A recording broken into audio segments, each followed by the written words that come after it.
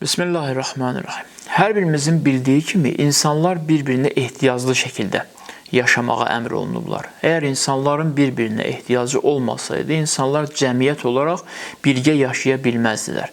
O səbəbdən də Allah insanlara əmr eləyir ki, insanlar bir-birlərinə yaxşılıq eləsinlər. Və bu yaxşılıq etsinlər əmri belə bir əmr deyir ki, istəsələr etsinlər, İstəməsələr yox. Bu vacib bir əmrdir və Allah yaxşılıq etməyənləri imanlı, inanclı insanlardan hesab etmir. Quran-ı Kərimin müxtəlif ayələrində görürük ki, Allah yaxşılıq etməyən insanları bəyənmir. Ehtiyaclı insanlara əl tutmayan insanları bəyənmir. Fəqət özləri üçün, yalnız özləri üçün yaşayan insanları Allah Quran-ı Kərimdə qınayır.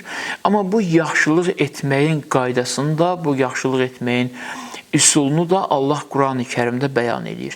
Hər kəs öz istədiyi kimi yaxşılıq edə bilməz. Birinci məsələ budur ki, insanların ehtiyac duyduqları məsələlərdə onlara yaxşılıq etmək lazımdır. Dini terminlə desək, ehsan etmək lazımdır. İnsanların ehtiyac duyduğu maddiyyatdan əlavə həm də Allah bizə əmr edir ki, sevdiklərinizdən yaxşılıq eləyin. Çünki burada Allahın bizdən gözləntisi həm bizim eyni zamanda ruhumuzun paklanmasıdır, həm də digərlərinin ehtiyaclarının ödənməsi.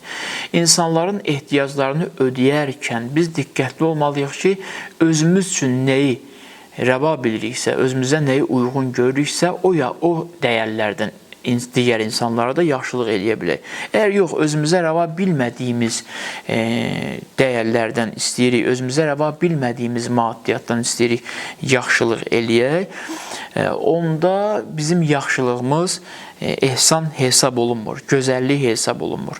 Ona görə də Quran-ı Kərimdə Allah yaxşılıq etməyin də qaydasını buyurur. Çünki Allah bəndəsinin hər birini əziz hesab edir, hər birini hörmətli hesab edir. Allah bizə həm də tapşırıq verir ki, bu demək deyil, siz yaxşılıq etsəz kiməsə və onunla istədiyiniz kimi davrana bilərsiniz. Xeyr, mən buna icazə vermirəm. Ona görə də buyurur ki, Quran-ı Kərimdə Ya eyyuhəl-ləzinə əmənu lə tubtilu sədəqatikum bil-mənni vəl-əzə. Ey iman gətirənlər, əgər Allahın varlığına həqiqətən də inanırsınızsa, onda belə olduğu halda sədəqələrinizi minnət qoymaqla və əziyyət verməklə batil eləməyin. Yəni, sən kiməsə yaxşılıq etdinsə, heç vaxt deməməlisən ki, bax, bunu mən sənin üçün eləmişdim, bu yaxşılığı mən sənin üçün eləmişdim. Heç vaxt minnət qoymamalısan.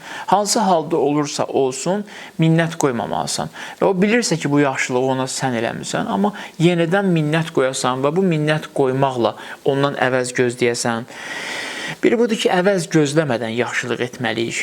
Əvəz gözləmə. İnsan əvəz gözləyəcəksə, mütləq gec-tez əvəzi görməyəndə, yaxşılığın əvəzini görməyəndə məyus olacaq və onun əli eldirilədirsə, bu işdən soyacaq.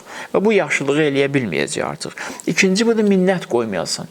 Minnət qoyma ki, bunu mən sənin üçün eləmişəm. Niyə görə? Çünki sənin etdiyin bu yaxşılığı əlində olan hər nə var idisə, onun vasitəsilə yaxşılıq etdinsə, bunu Allah sənə verdi, etdin. Ona görə Quran-ı Kərimin başqa ayəsində buyurur ki, bizim onlara verdiyimiz ruzidən onlar infaq eləyərlər. Onlar digərləri ilə də bizim verdiyimiz ruzini bölüşərlər. Deməli, bizim əlimizdə olan da bizim deyil.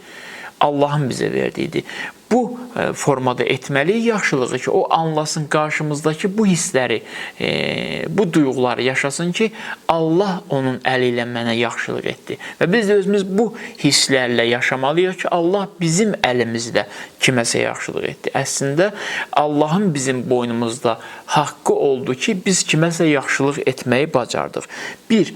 Yaxşılıq edəndə əvəz gözləməyəsən. 2. Minnət qoymayasan kimisə boynuna və yaxşılığı puça çıxarmayasan və eyni zamanda bununla yanaşı bir də əziyyət verməyəsən. Yəni, kimlərinsə arasında, digərlərin arasında onu aşağılamayasan, yaxşılıq etdiyin adamı alçatmayasan və sən yaxşılıq edirsən deyə, sən çörək verirsən, sən belə deyə, onun ruzisi sənin əlindən keçirsə, insanların arasında istədiyin kimi onunla davrana bilməzsən.